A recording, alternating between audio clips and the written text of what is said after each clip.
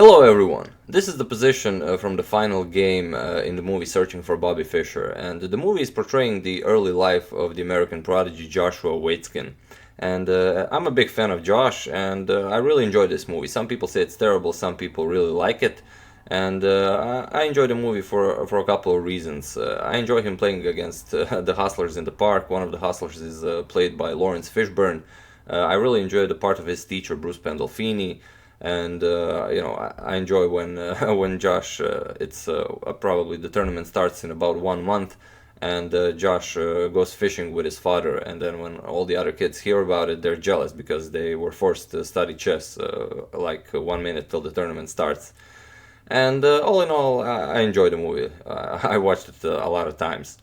And although in real life Josh did win the United States championship, and he drew the last game, but it was enough for him to win the championship.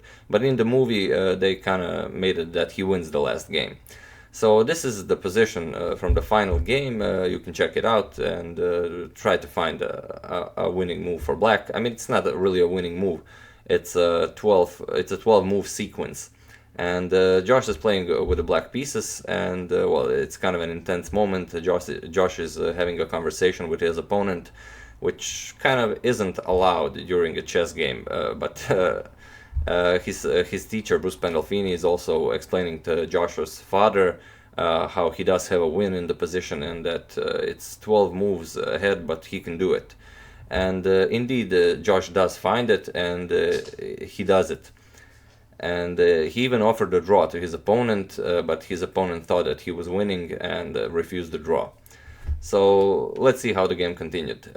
We have G captures on f6, we have bishop captures on f6, and now rook to c6 check. And this is the move that Josh's teacher wanted Josh to see.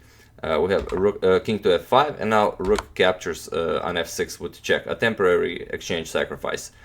We have knight captures on f6, now bishop captures on f6, king captures on f6, and knight to d7 with check, forking the king and the rook. We have king to f5, and now knight captures on e5, and king captures on e5. And this was the whole point of the combination, to make this white king go to e5. And although in the movie they are portrayed as very strong players, both Josh and his opponent, and any strong player would see that this is completely winning for black, but in the movie they make the scene seem kind of intense.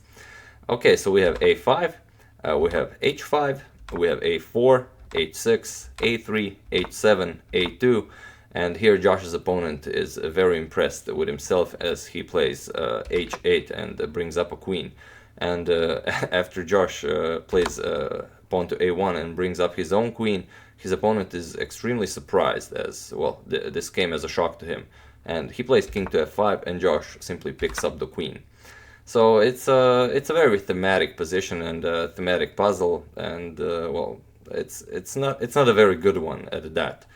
I mean, probably they could have figured out a better game to show in the movie.